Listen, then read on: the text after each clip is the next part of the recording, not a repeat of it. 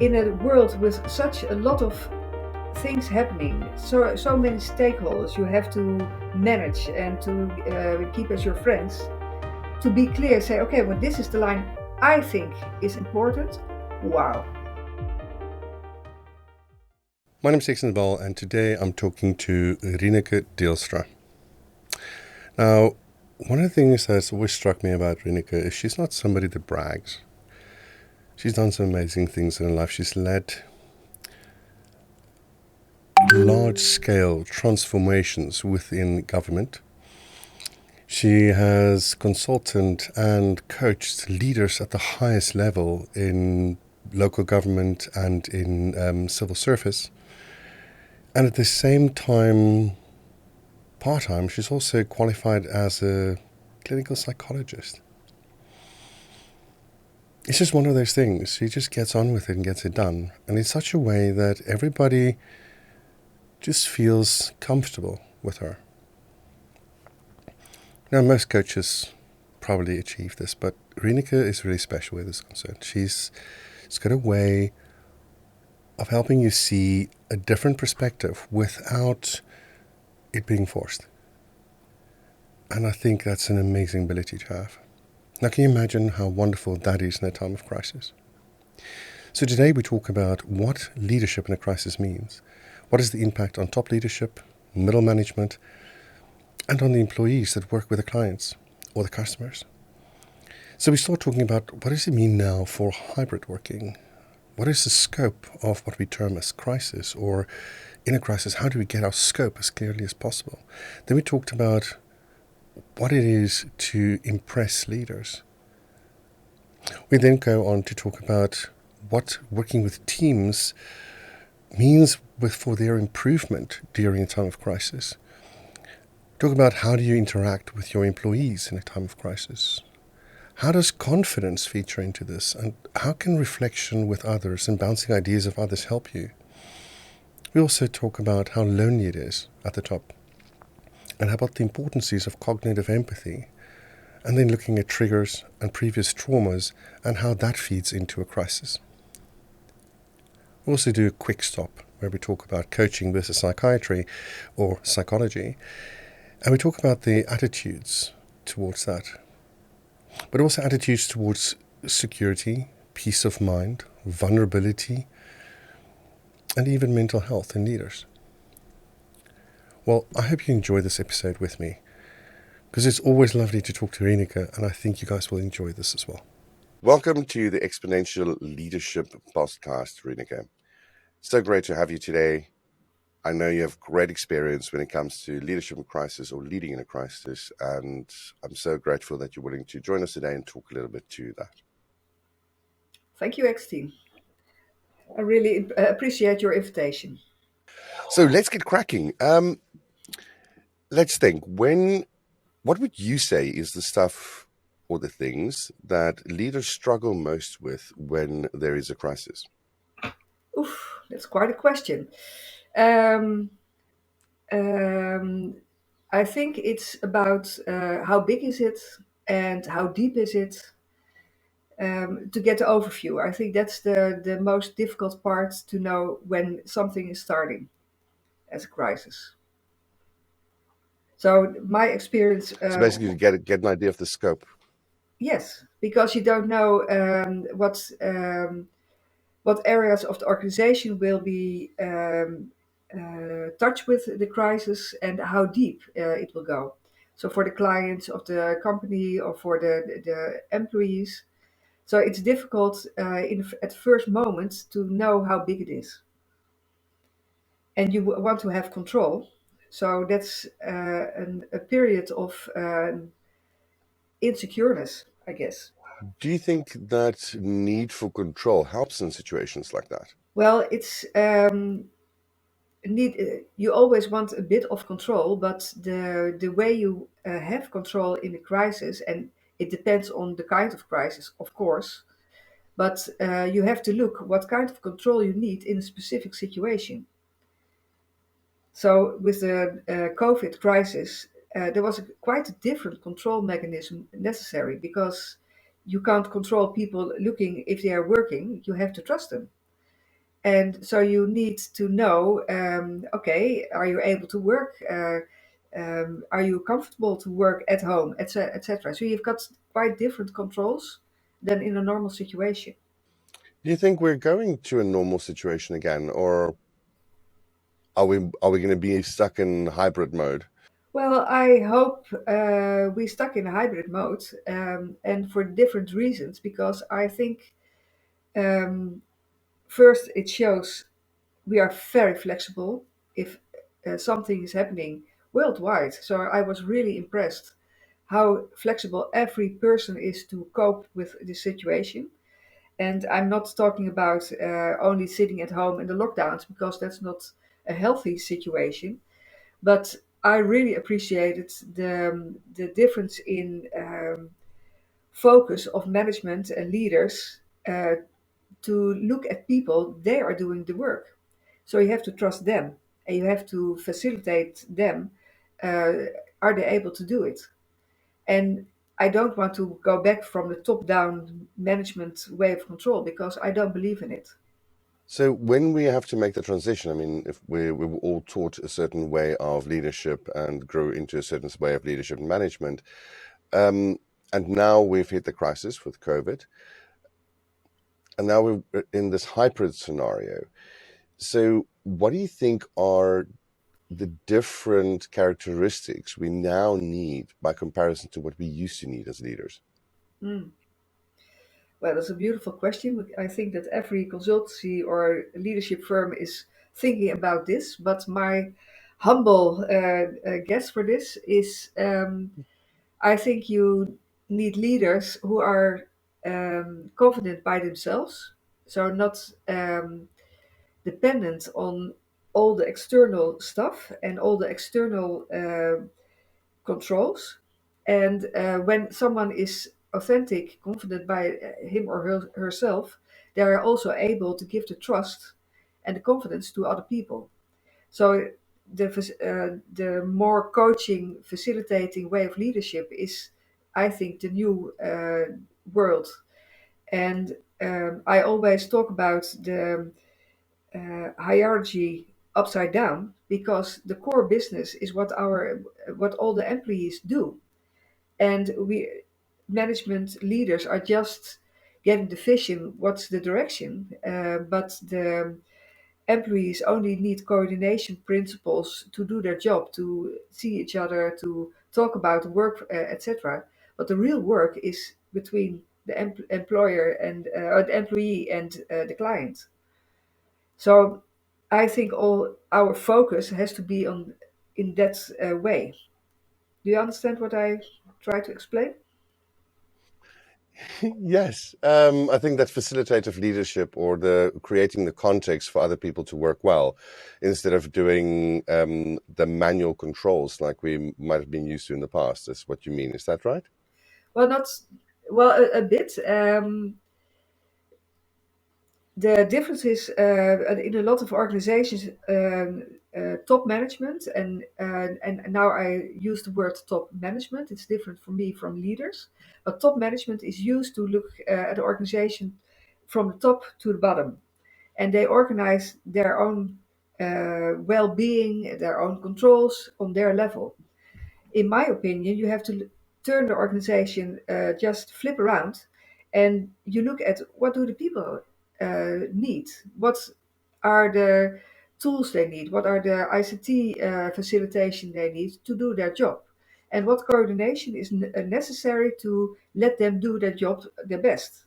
And what coordination, if you have a big company, is necessary to get all the controls together. So your whole point of view is uh, flipped around. It's not from your looking down to the organization, but it's looking at, okay, this is the core business. What do I have to facilitate to make this the best? So that means, from what I understand from you, is that we need a perspective change. And that perspective change is not something that comes automatically all the time. What would you suggest leaders do to help them facilitate in that perspective change? Well, there's one big thing leaders have to overcome, and I think we use the word top management because leaders are different from me, and it's the ego. So if you are the biggest one because you are the top management and you really live for that, well, that's really a hurdle to flip your perspective. And so really think authentic leadership is necessary to do this. And I think the world is waiting for this way of looking at the world, at organizations, and how people act together. There's one thing we have in the Netherlands called polder, which there's a lot more consultative in a way. Do you think this that in the Netherlands, where we're more used to this, this might be an easier transition? Now, we have also egos in the Netherlands. You can polder a lot with a big ego. So it's for me the ego, and it's always a difficult word to use, but it's about I want to arrange everything in my way of thinking. Uh, um, um, Employees have the best ideas what is necessary in relation to clients or in relation to their processes because they are doing it every day. So it's a bit arrogant to think on top management level you can fill in exactly what employees had to do. Ask them. And really, that's what I learned a lot. If you just ask people, what do you think what's necessary?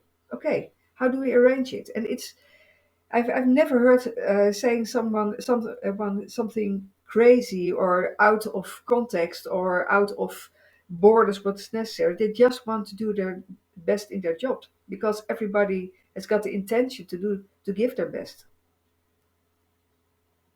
Hmm. I think I saw that in call centers, especially where people tend to work with clients quite directly. And in the call center agents, they didn't understand why certain decisions were made at top level because they knew that that was not necessary for the clients or get the job done on a daily basis. So I think that is an interesting thing. The thing is just how do we get top leadership or top management to talk to employees? What do you think will need to do be the mind change or the perspective change for that? Well, a lot of organizations are working in different ways. So the way of working is changing.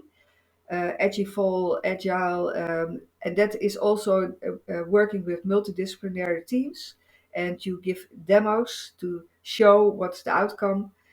So it's already changing a bit, but I think an investment is necessary for top level management to become a leader. And it's about learning to become confident who you are.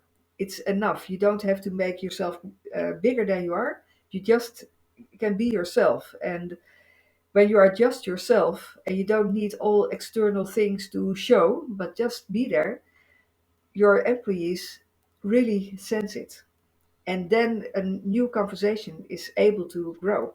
What kind of help do you think we can provide for top leadership to help make this transition? I think you've got new ways of learning. I think a lot of the alpha science parts are necessary to make the way of thinking different, like philosophy, thinking about psychology, and also experience with it. It's also about knowing how you react in situations, how you react physically when stress is coming, what you do, mirror yourself, look at how people react on you. All that kind of stuff you can learn. You can be aware, and then you can, well, change a bit of your common behavior to another way of handling stuff. There is this one organization that I'm aware of that does both individual coaching as well as group coaching. And it's a lot of people that are executive or leadership coaches. But none of what I've seen so far seems to focus on what you're saying. that ability to get someone to understand the relational aspect of their interaction with the organization. Do you think that's something, and how do you think that can be done in, for instance, in coaching? Well, I think I don't have the answer right away. I'm looking also for what's the best way to make the transfer because you want to learn, help people to learn it in their daily work situation. So I myself, I'm looking for interventions just in daily situations. So you've got a meeting, and what is necessary to get the meeting in a different way. So it needs a lot. It needs the safety to be really yourself, the safety to learn, to make mistakes. Top level, I'm thinking about because we ask this from our employees a lot, but on top level, it's quite a different thing. And then you have to learn to act to each other, to take each other way of thinking seriously, and uh, build on their way of thinking instead of um, say no, it's not true, and now I see it completely different, and bang, okay, so we you have another side of the conversation. No, oh, that's interesting. Oh, why do you think about that? Oh, never thought about. I never. And then you are working together, and so you can work on high performance teams, also on high top management level, but it needs this, and it's I'm looking also for the best answer for this. I'm glad that we're trying to turn that corner. I think one of the things that I've been advocating for is to try and help people to become, in a way, more human. Um, Firstly, I think when it comes to those kind of interventions, that sense of trust, so being able to be vulnerable, especially at top leadership level, is hard because you tend to sort of cover for your own wickets, and you tend to it's not always the most trusting environment, especially in larger organizations. Um, and to create that level of trust, I think, is quite an interesting challenge. Do you have any tips, maybe one or two things that people can try that you've already found that works? um, you just need one in a team who's able to really say I really want to share something, and it's important for me. And directly when someone in a team says something like this, you feel the energy. Whoa, what's going to happen? And um, Mm, if then the leader of the team say, okay, everything down now, we are listening, then you create directly the best situation. When someone, and if this the leader of the team says, well, now we are not going, okay, that's over. So it's very, very mm, subtle, mm. and you need a lot of braveness. Is that a good word? um, Bravery, yes. yes, bravery to do this. So it's really showing yourself just from your heart. And these are the words. It's not so common on top level. I must say, on the highest level, on board level, this kind of conversations is growing. But the level just below, Mm, there it's more difficult. They feel the challenge, the political drive, the well, all the bad stuff. mm. So would you say that is the senior leadership teams just below the C-suite? Well, I see the C-suite just below. I look at the top level. So there, Mhm, I see a lot of top leadership. That these are mhm, people who are thinking about life, thinking about future, thinking about how is my organization, my mhm, company directing. What do I have to do because of all the climate, sustainability, etc., etc. And also about how we act to each other, but level below, just below, they're in the arena of, well, it's mine and it's my budget and I want this and he doesn't want to do that, etc. So that's there the quarrel starts. So basically, people that are jockeying for position or for attention and or status or power, trying to impress those in the C-suite. And so I think if we take that as an assumption, then it might be interesting to also look not just at the C-suite itself, but also how they interact with those that report into them. What kind of things do you think we can do to help facilitate that? Well, I really love to facilitate teams. So it's and teams and on personal level. And I agree with you. You don't have to only look at the C level. You also have to look at the management level below, but also the interaction between them, because there it's happening. There is, if a C level shows another behavior, directly everything will change. So, Mm, in my opinion, you have to, and that's what I'm looking for. What's the best answer for this? You have to be in the organization at the meeting and directly reflect on what's happening now. Okay, what are we listening at? Did mm. you hear this? And that's something someone must invite you to do that. And if that is possible, you can learn a lot with each other. I think one of the things you told me before was that the way that you've interacted in these teams, in that you just sit there and watch and observe for a while, just to first see how the team works. And I think it's a very interesting thing that we don't always, as coaches or team coaches or leadership coaches, get invited to do, is sit there and just watch. But And but sitting how do there you is, think oh, sorry. that has helped you? Yes, but it's also difficult to just to be invited just to sit there and watch, because all the members of the team must feel safe by my existence over there in the team. So just sitting there and looking, it can freeze people to in their normal behavior. So what I always do in this kind of situations, first I say to the leader, if I see something, and it's really something worthwhile to learn, I don't reflect to you in the whole team. I do it a part of it, because you are also very vulnerable as a leader. But I ask the people in the team, do you like me to reflect directly to you? Do you like me to do it in the group? Do you like me to do it individually? Surprisingly enough, they say, "Oh, just please do directly." So then we make an appointment. Okay, Mm, time out. What happened right now? And then we can talk about it. So that's a mm, very a mm. fast way of learning. Yeah, I think that immediate feedback, the moment something happens, and creating this timeout moments and the ability to halt the conversation and allow everybody to reflect, can be extremely good for learning, because it hasn't ebbed away and we haven't rationalized it away yet. I think one of the things that was really struck me is, when I did this negotiation course at Harvard, we talked about the influence of adrenaline and sometimes how adrenaline can stay in your body for up to 20 minutes.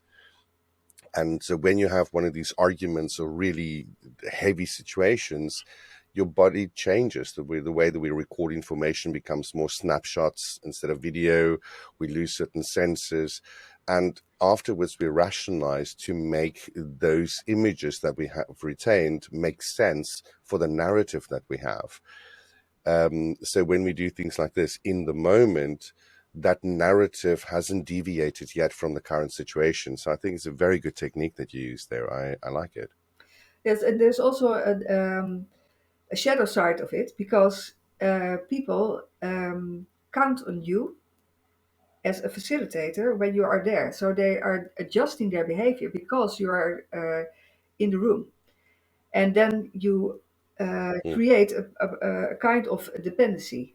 So that's also difficult. How to give feedback, how to learn with each other, but not leaning on it. You've not only consulted on senior leadership teams, you've also led organizations. What has been the biggest struggle for you in a crisis? For me, it was the direct way to interact with employees. to know what's happening at core business. Because when you're, I had a interim role as an on C level, well, part of C level, um, high level, like, let's say it that way, and there were a lot of levels of management below me, and for me that was difficult because I want to sense how are the employees feeling, how are they are working, and in a crisis it's more important. So I needed to realize an atmosphere with the middle management, to talk about everything what was happening, how they felt, how anxious they were, how tired they were. I had a big learning field during the Corona period because I couldn't talk with them at first only on telephone, and it was an interim situation, so I didn't know the people and had to learn them to know by voice. And afterwards, Teams came, and that's great because you can do a lot. You can also sense a lot. You can see a lot of nonverbal communication, but people were not used to it, so they were sitting and waiting. And then how to make it open and how to interact and how to really get conversations, you know what's really happening. And for me, it was looking, it Mm. was experiencing, it was trying, um, making mistakes, everything. I, but I've seen it in the past is that when we try and transcend those leadership levels, it's almost as if it's experienced as distrust, as if the middle management layer believe that they're not being trusted. That's why you want to talk to the employees. How did you tackle that? Yes, and middle management is the not recognized difficult position. I've also been middle manager. It's not easy because you have to above and below, and it's never good enough. So it's really a level of uh, well, stress, I guess. Well, what I did, I respect people in their position. So I don't want to hear, I don't go beyond middle management. I want situation to talk with employees and middle management. And I love when the middle manager invite me and say, okay, we are going to talk, let's share something. But then the middle manager must trust me. I won't punish him when someone says something wrong or stupid or no. It must be the atmosphere to be open and to learn. But that's Mm. what I love to do, and that took time to get that situation. And we had also an organization change, so that was also difficult for the middle management themselves because their roles were changing uh, very Mm. much. And I was very proud of them. When they talked about the change, they explained it to their people when I was with them. So I just had to sit and to listen. Mm. I think it's really nice the way that I always love seeing the way that you react to people because I think it's so beautiful, it's so warm and connecting and allowing for that vulnerability, which I think is something that coaches in general should have, that ability to make people feel safe and make them feel as if they are important. You know? Because if we're just doing it by rote and we're not doing it because we really care, I think people can feel it. Yes, the people are sensing. What do you think is the role of cognitive empathy or our ability to notice other people's emotions in leadership? Well, it's huge. It's really huge. If you're not aware of what's happening with people, if you're not listening, if you can't read nonverbal signals, if you don't sense the atmosphere in a room, you miss a lot. And if you only talk from your head, it's um, empty.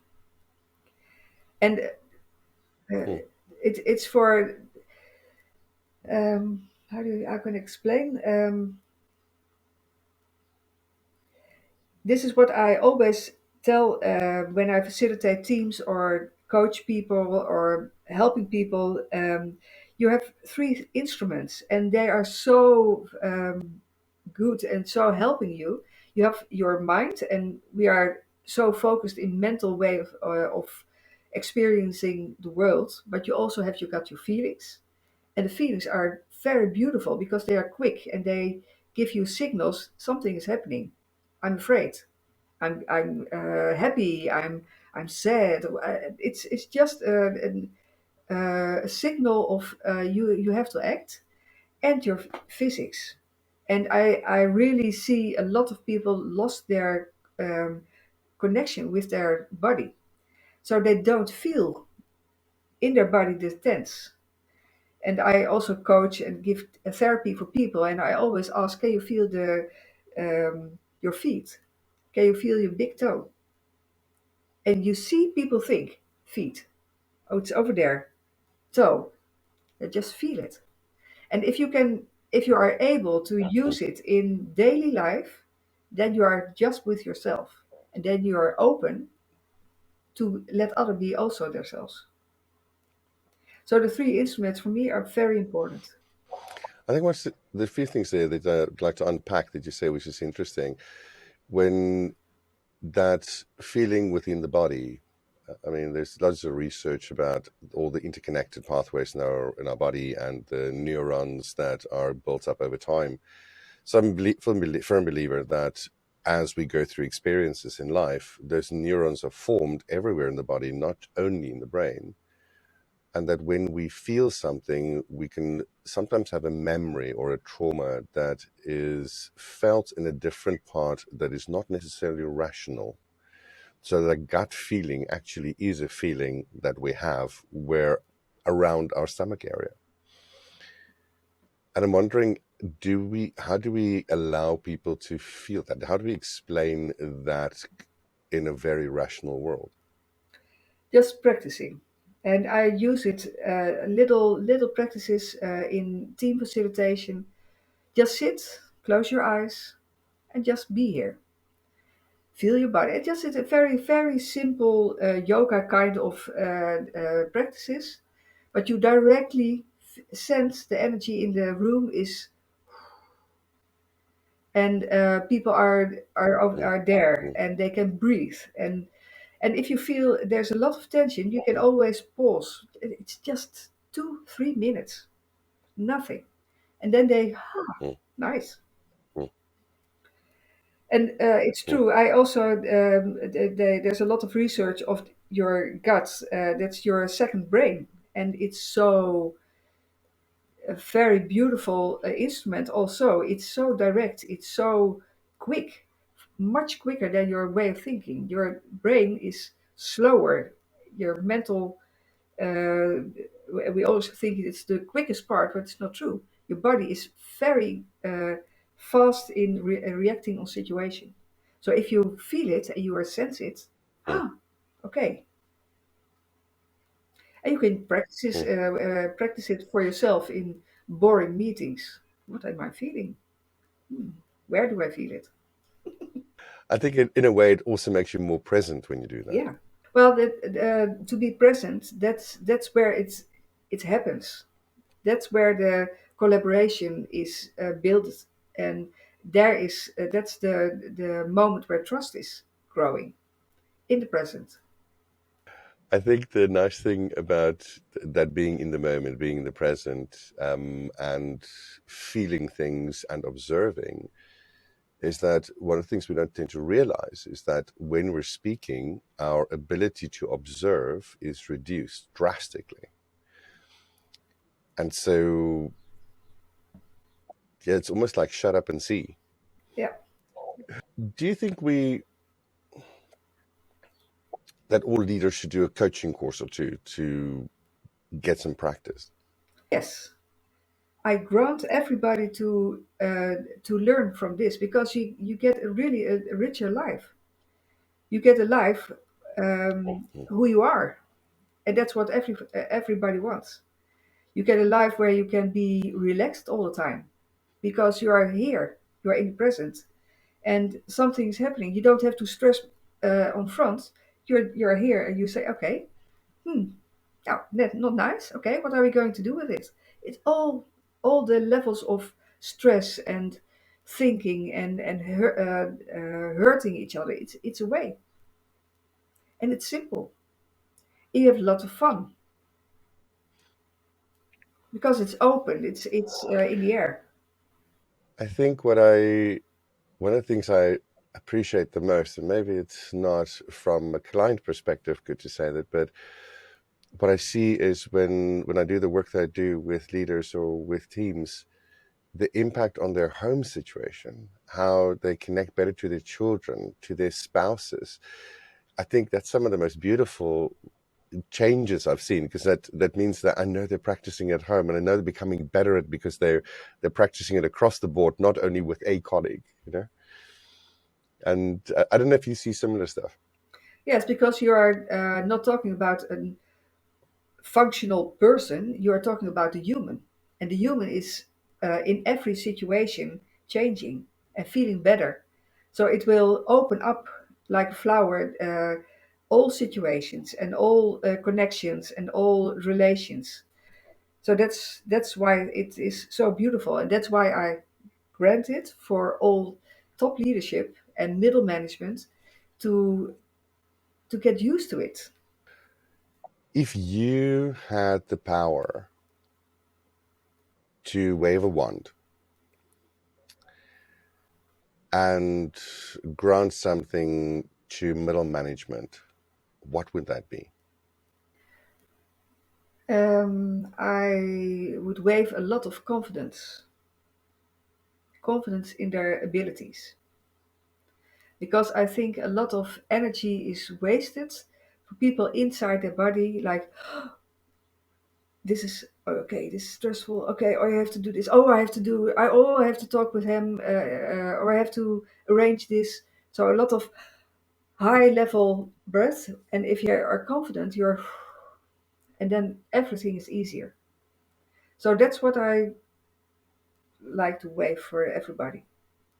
So to stimulate confidence or to help people find that moment in the present, what can their leaders do to create an environment like that? Listening is very important. Take the time to listen, to really listen, and not with your own thoughts in your head, but really be open and interested, curious about the other.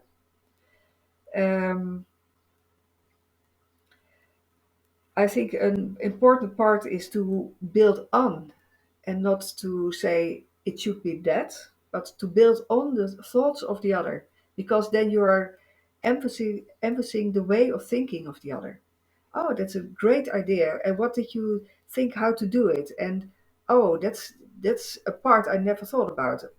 You feel directly stimulated, enforced, positive. You get a positive enforcement by that. So I think um, top level leaders must be in the present to act in this way.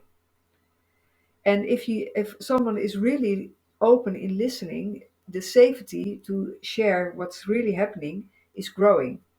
So these are very little instruments someone can use with an enormous impact on how people are acting. And if they are acting with confidence, it's enormous impact on their people. So that's what Mm, I nearly want to say live for, but if top level is open and is really the human meant to be, an organization will glow, will change. And mm, I really want to help with that. mm. I think one of the things for me when it comes to leadership is what I look for is helping people to change a perspective. Because once they change their perspective, no actions have to be forced. Because once you see what needs to be done, it almost feels like it has to be done. Like you cannot not do it anymore. And so for me, leadership is focused around self-reflection or the ability to self-reflect, see a new perspective, accept that it exists, and then move forward with compassion. And so I'm wondering, what would you say would be your key attributes you think we as leaders should develop? Mm. Well, I think what you mentioned, reflection is very, very, very important. And it's a reflection all the time, every day, nearly 24 hours a day, because you are the instrument for the organization. So every step you make, everything you say has impact. And it's not a reflection to make it harder, it's a reflection to be honest with yourself and admit, oh, this was stupid what I've done, or this was not nice to her, or this was, because then you can change and you can come back to the other side. Okay, it was the wrong tone. I'm so sorry. I did it wrong. And then you are building directly. So I think reflection is a very important thing to do. And I always ask top leaders if they have a mate in the organization, someone they can argue with or can cry with them or can be angry because everything is difficult. Just someone they trust in the organization, and that one is the one who can give a bit of light on your not seeing disabilities, because you have your blind spots also, Mm. and it's very difficult to reflect on blind spots by yourself. So you need someone. And that's the nature of a blind spot. Yeah, It's unseen. yeah. That's so. I ask people, please hit me just under the table, but hit me if I do something I didn't know, because you learn so much from other people. You can't see yourself acting. So if someone is such a friend in your organization to help you with that, that's great. I hear two things, and just tell me if I'm right, it or not. The On the one hand, I hear the that self-reflection part, which has to do with honesty and being honest with yourself. Um, but I also hear forgiveness, so that when somebody tells you something, you can let go of the person and focus on the content, or that somebody else does something that hurts you, upsets you, and you can let go of that and again focus on where you need to go, or that you need to forgive yourself as part of that self-reflection, because even if you see you've made a mistake, you need to learn from it, not be stuck in the mistake. Yes, and I think the last part is the most difficult one, because you know you have to forgive people. So you think about it and you think, okay, I forgive you. But to forgive yourself, to really act in the wrong direction, or to be so honest to yourself, it was not okay. And how do you know it was not okay? Your body is telling you, because your stomach is like this, your heart is, your breath is too high, and you all the signs of stress are there. And then to, okay, sit. What did I do? Okay, why did I do it? Why was I so hard to that person? Oh, now I know. Looks exactly like my father. Always with that tone and whap. And then you are talking with yourself about your trauma. And your trauma shouldn't be between you and your middle management or your employee. Your trauma is yourself. So you have to fix it. And then the way Mm, is open. So it's difficult and it's mm. important, and it's make your own instrument shiny. So you have to do something for it. You have to fix things, and that's a lot of bravery, and that's what life is. I think that bravery is one of definitely one of the things. Yeah, sharpen your instrument or polish it up. That was the word. We have to practice. Yeah, I think leadership is a practice. It's not a Yeah. theory. What we didn't talk about, what for me also an important thing is, and I see it a lot, is the loneliness of leaders. Loneliness of Mm. top management, of their enormous responsibility, feeling of the responsibility. And I know for myself, if you're a leader or top management or management, middle, directly, if you are responsible for persons, it's something you have in your on your back for 24 hours, 7 days a week. It's always in your mind. How's this mm, happening? mm, Oh, is she better? It's all the time going on. And if you're not in a situation of sharing your thoughts and feelings with someone about your situation in organization, it can be very, very lonely. And I've seen it a lot. mm, I spoke with people and I just say, "You're feeling lonely," and tears coming out because that is something we don't talk about. mm, And especially not on high level, mm. especially not in an organization, but it's there.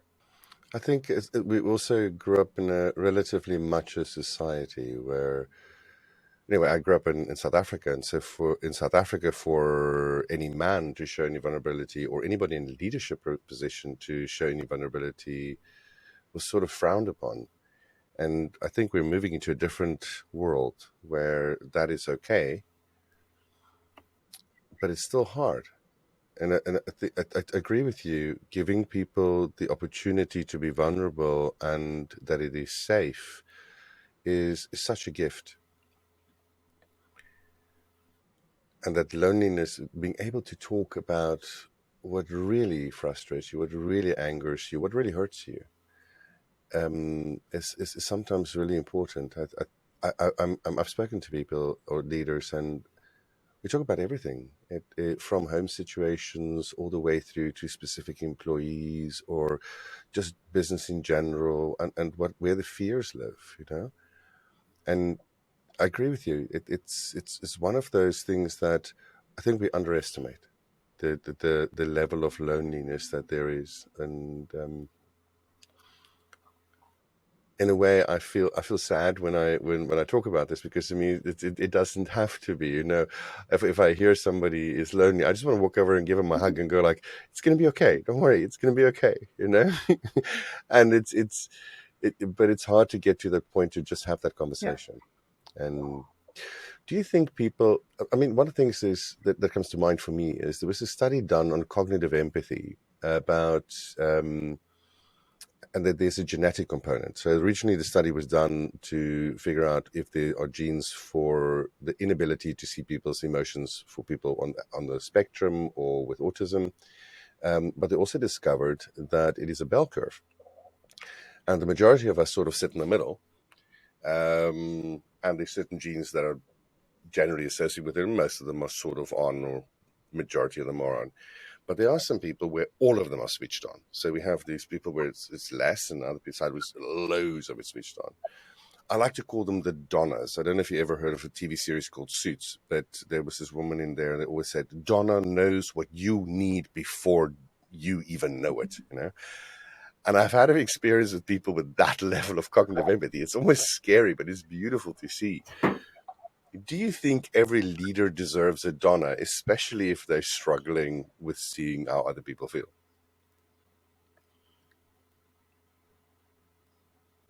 Well, no, I think donnas should do a lot of work to help people to become a donna.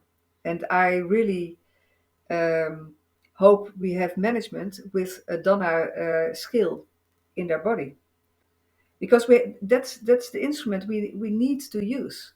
We need to learn and we need to use it. Otherwise, Mm, never something will not change. I'm if the top leader is only someone is only from the mind, from the mental way of handling situations, and feels nothing, sense nothing, the whole organization will become mental. If there's a donna, feels everything, the whole organization becomes a donna. So it's very important that top mm, level management has the ability to be in the middle, at least, of the bell curve. mm. I think is if you look at that, let's look at the three different types of empathy. You get to look at cognitive empathy, effective empathy, and compassionate empathy. Whereas cognitive empathy is the ability to see, affective empathy is the ability to feel, and compassionate empathy is the willingness to act. I see some leaders that have the effective empathy. They're able to feel, and they're willing to act, but they don't necessarily see things. How do you help them to see better? Well, it's also a skill to learn to see. So it's making people aware of what to look at. So you can make a video and say, okay, look at the people. What do you see from their body language? And you ask a group of people just to act it, like everybody's sitting like this or sitting like this. It makes such a difference, and Mm-hmm. you can make people be aware. Oh, now they are active. It's like it's like learning the social skills in a very explicit way to someone, and it's possible. You can train your mind to see it, but it costs a lot of energy to do. I think with anything we learn, it takes a lot of energy to do in the beginning, but it becomes Yeah, easier as we practice it, that's true. when our brain gets used to it. So the other thing you talked about earlier was triggers. In essence, we talked about traumas and triggers. Um, all of us have triggers. How do we get people in senior leadership, or how do you get people in leadership, senior leadership, to recognize their triggers? Well, this is normally the starting point for coaching. I'm not able to. Oh, I've got such a problems with. Okay, interesting. What do you recognize? Huh? Well, look at it. Have you this feeling? Tell me about what you feel at that moment. Oh, I'm so angry. I'm thinking all day, and my whole body is. I want to. Well, something like that. And then I ask, okay, what was the first Mm, time you had this feeling, this physical feeling? And it takes a while, and then people, oh, no, that's not the same. Look at it, and then you can look for it, and you can explain and live through that trauma. Then, and then the trigger is um, uncovered. No, not mm, covered anymore. So that's the way, and people are not. mm, They never have learned to analyze it. They have never learned what a trigger means, and mm, that a trigger mm, can happen in the shop, can happen at your work, and happen everywhere. And only people with a lot of problems burying, stopping their social life are going to a psychologist or a coach to get them help. But also in working life, it happens a lot.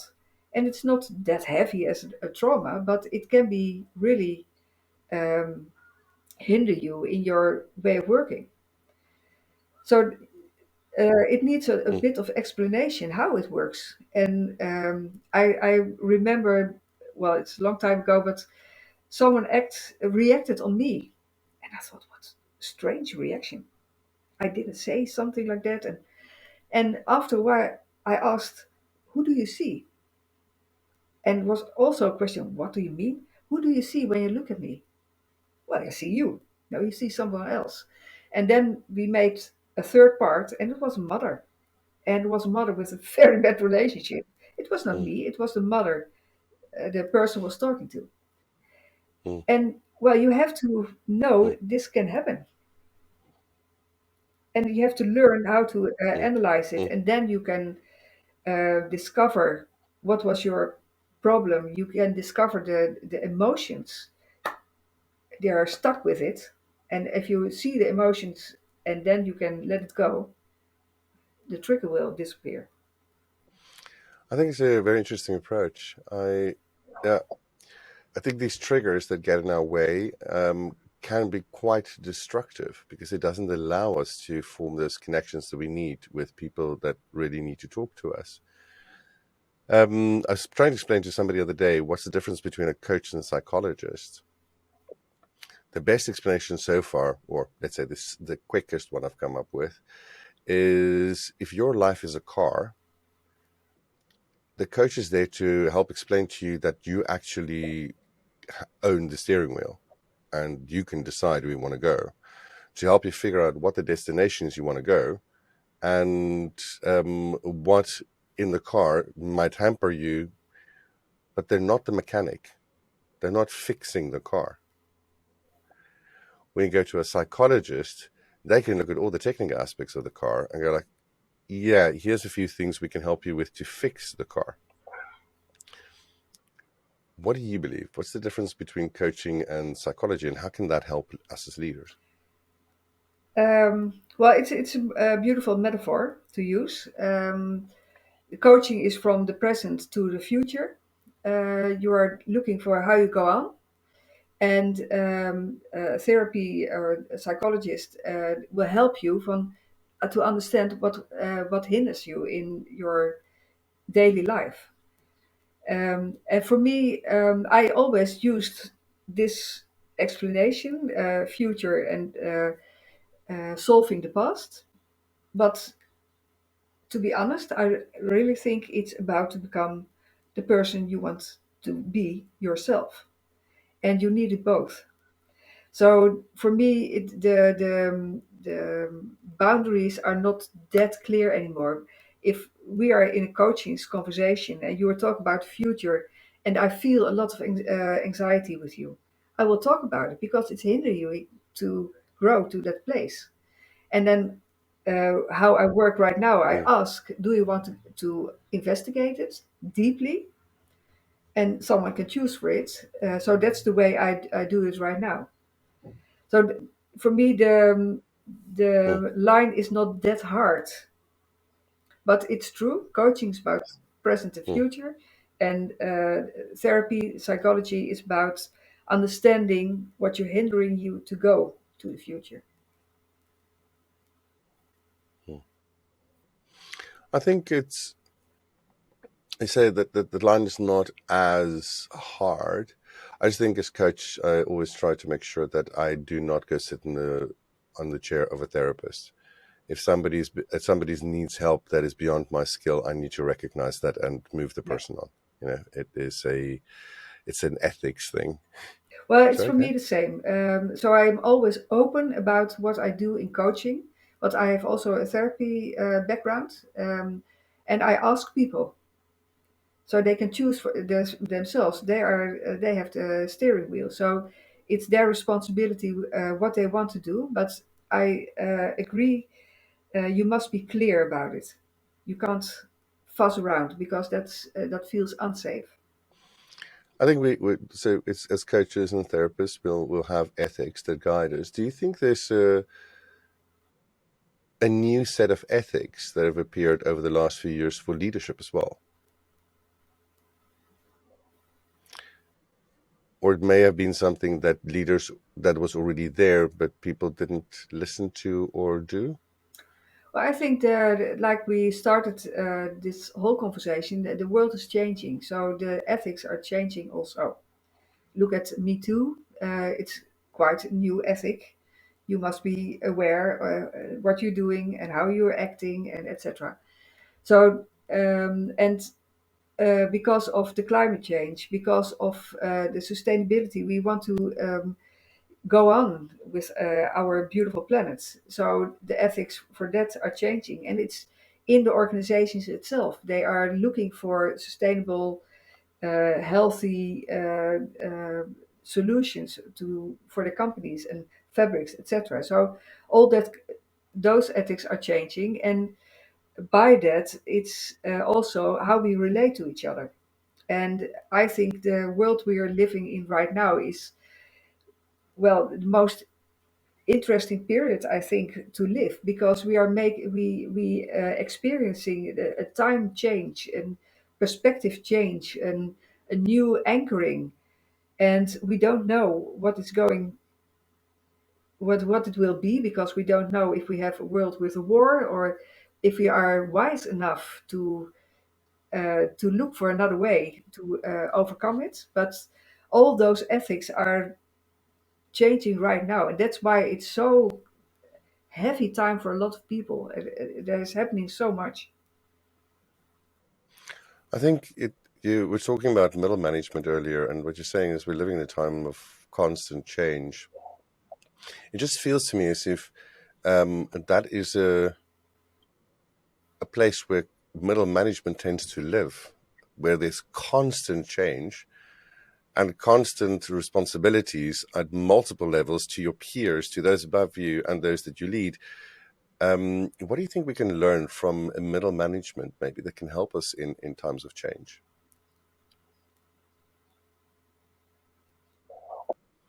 or maybe an ability to deal with change? Well, it's interesting the question you asked. That's what I was thinking. What can we learn from middle management? And that question is what we can learn is they know how to cope with all the change. That is not necessarily the same as changing. So I see a lot of middle management Mm, put their head down and wait for the new direction, for the new or reorganization. Okay, I wait. I've done this. I've seen this. It happens before. Okay, a new external consultant telling me how I have to think, what we have to do. So what I learn is um, their thoroughness to overcome all those changes. Um, but it's not necessarily the best way of handling it. I see a lot of uh, mm. puzzled, tired, stressful middle management and not very happy in their places. So yeah, that's so. I what I learn is all the coping mechanism to overcome and to stay on your chair of middle management. What do you think we can do to help people embrace change or to move towards a new future? Well, we always talk about change as a transactional fact, and change is the flow of life, and it's like the waves in the ocean. They come and they go, and they every day, always. So change is always. So I think we shouldn't use the word "we are going to change." It seems like everything is like this. Now we're going to do that. No, everything is changing. So how are you handling it? Mm, How are you going with the flow? What's the best direction? And that makes leadership quite different because leaders also want to have, okay, it's a plan. We start with A, then B, then a milestone C, and then it's okay. Then we are finished. No, it's just a little part in the flow.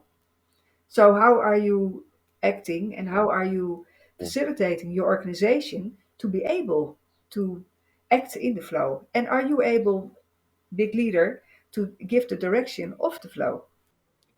Make a statement and tell me what you think about it. In times of change or great upheaval, it's important for us to find the light at the end of the tunnel. Let's call it the vision forward. And the difference between hope and hopelessness is knowing the steps to get there. Yes, I do agree, but I agree in maybe a bit different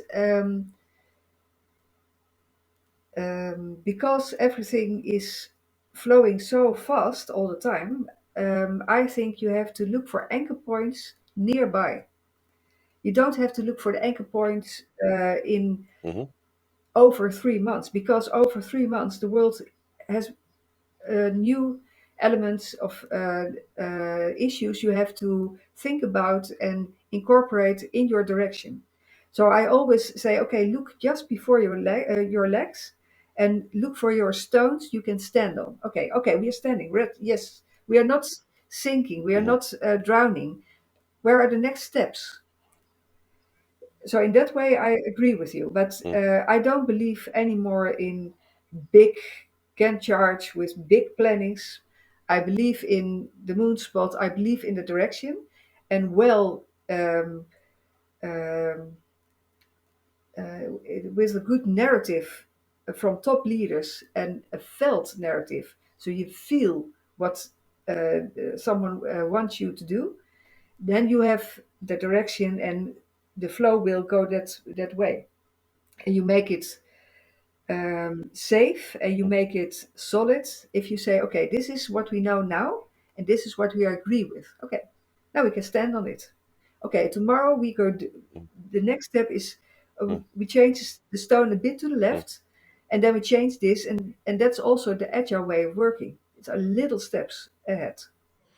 I think it's important thing that you mentioned there is um, that next step, that next sort of standing stone in, or let's call it the next step across the river. You've got this whole river rushing around you and creating all kinds of upheaval and sort of threatening to sweep you away. Um, in a world of upheaval, and just finding that next step to cross the river, the next stone, and that you can stabilize on. I think it's also important for us to realize that in times of stress, our executive functions are being affected. So some of the stuff we see a lot now with employees are going like, give me clarity. It seems to be a very big question. It usually has to do with which is the next thing I need to do. So task initiation that's impacted, things like priorities and planning that's impacted because people just want to know, what am I supposed to do now? Because they tend to lose sight of the total chain of where we might be going, especially in a time of stress. The focus becomes really narrow. And so one of the things that when I work with middle management teams is to say, well, okay, if that has to be the focus, you need to figure out what that step is. You need to help your employee figure out, where do I put my foot next? Because as long as you don't do that, it's really hard for them to figure it out themselves in a stressful scenario. Yes, What do I you think of agree that? totally, because this is situational leadership. This is looking at the context, and if the context is hostile or very unclear, you maybe must say, okay, Eksteen, you have to do right now this. So it's a very task-oriented way of leadership, and in crisis, this happens because the context is so Mm, waving around, and it's so there's so much to do, and you don't know where to look at and where you put your feet. So you say, okay, there is it, and there's just this, and then it's enough. And what I mm, mm, experienced, if you say, okay, we are now on the stone, relax, breathe out, because then you have the energy to look for the next stone to find. So you don't, you won't be afraid if you're mm, crossing the violent river. No, you want to stand there and say, okay, it's okay. Now we look for the next one, and then you get the joy to the adventure of crossing the river. But it's true. Sometimes you need to give it I think the clarity. Yeah. I think what you were saying earlier about agile and scrum and these kind of ways of working, it is that incremental, that looking for the next step. But you're also talking about the moonshot. So know the general direction where you're going, but help people figure out what the next step is. You don't have to give them 200 steps in advance. Just make sure that people know what the next step is. I think especially now that we're in a situation with this hybrid scenario, we have so many changes in the world. I mean, the war in Ukraine is not helping. We're still not completely out of COVID. I mean, it's still going around. Infections are still rampant.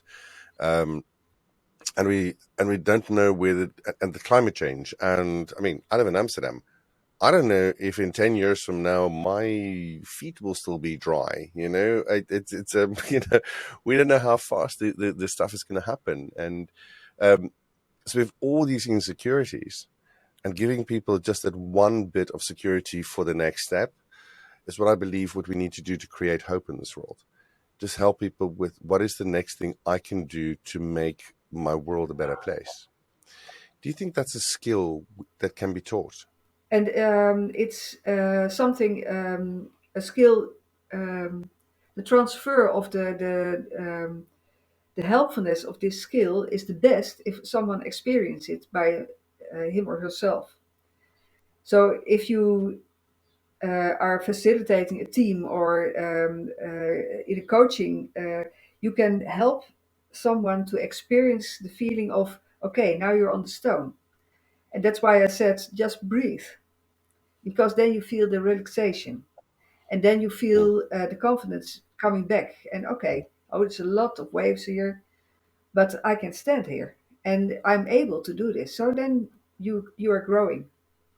So it's really something you can learn. But for it's difficult for top leadership to know what to tell about the direction. And so Mm. that's quite different and also a bit difficult. And I don't know exactly how to learn that for top leadership. We know that actually from some of the research papers that cortisol is a stress hormone, getting us ready for adrenaline or keeping us at that edge, ready, ready, ready, ready. On the other side, oxytocin helps us to connect with people and seems to be counterindicated for cortisol. So the more oxytocin we have, we tend to have less cortisol. That to me sort of indicates that as human beings, we are social. We need to have that connection with each other. And where we started, and we talked about creating this context for leaders to talk and be vulnerable together and be authentic in a way, but also, so well, this is what I don't know, or this is what I need help with, um, allows us to create that context of feeling that connection and feeling as if we're part of something bigger.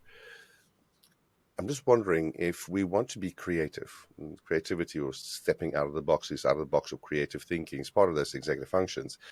Um, might it not be that we need to create these places of vulnerability or honesty um, in top leadership to help them to find their vision?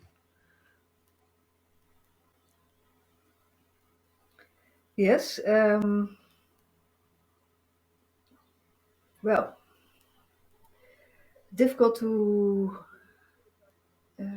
answer this question. I think creativity and knowing the direction is not for every person the best skill.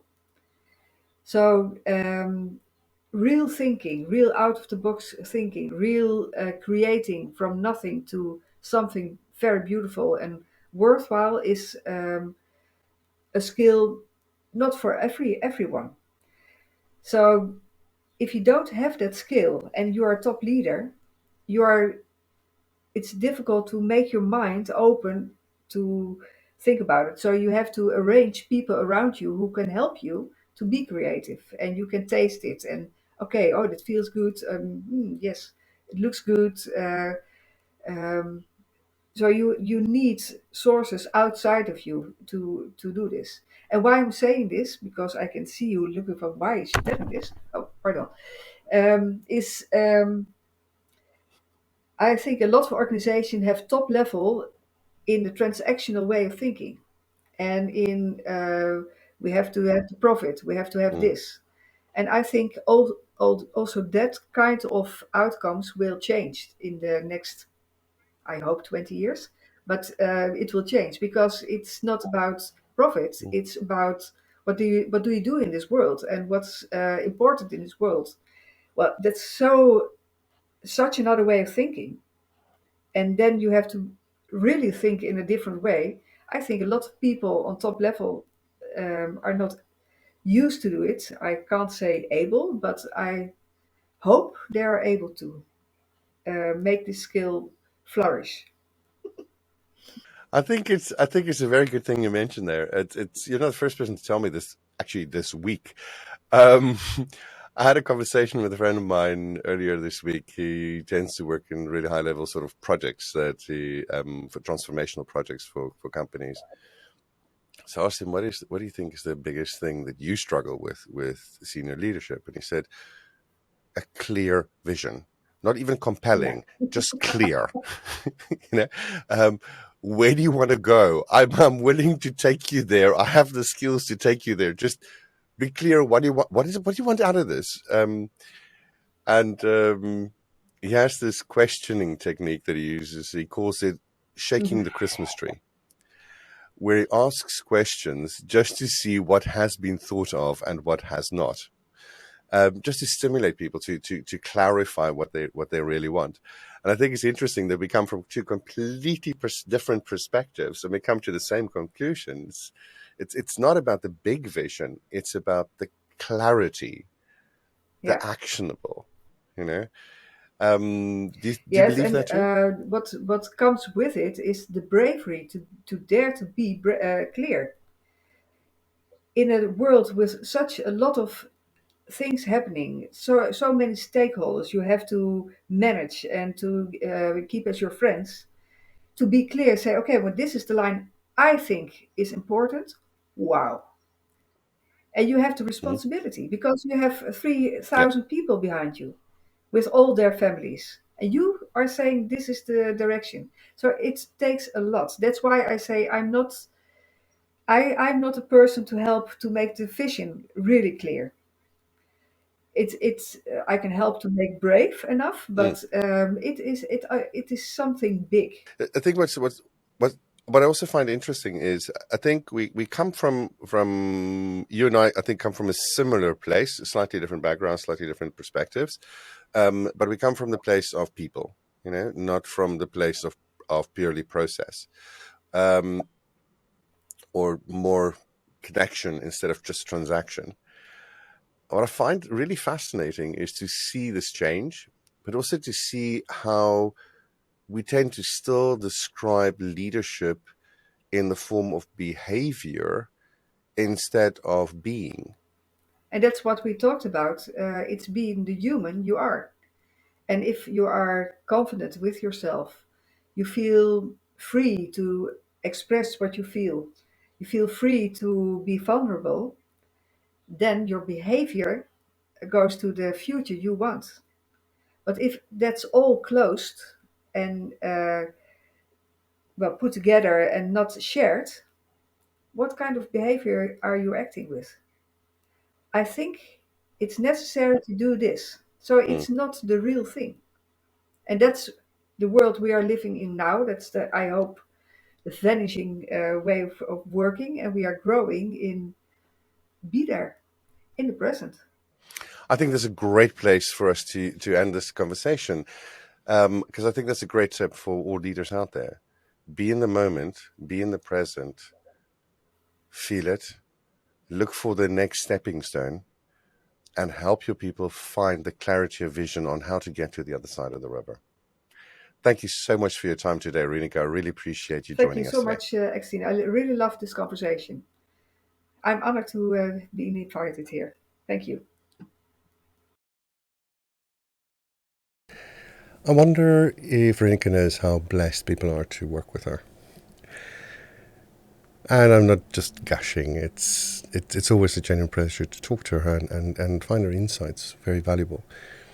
I think today's talk for me specifically talking about middle management and the impact of loneliness in senior management has yet again shone a light for me on that we tend to forget that leaders are just people. When we lead organizations, we also need our support. We also need those people that fight for us, that'll tell us we're doing an okay job. As long as they're not yes-sayers and the people that can understand our vulnerabilities, but at the same time also be honest and straight up with us. I think those kind of people need to be cultivated, especially ones with high cognitive empathy that can show you things that you may not be able to see. Well, that's another episode, and that's a wrap. And till the next time, be safe, stay safe, and lead by example.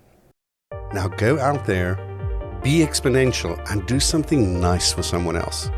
You can find us on the web by going to podcast.exponentially.me. We will also find additional media resources and some amazing insights.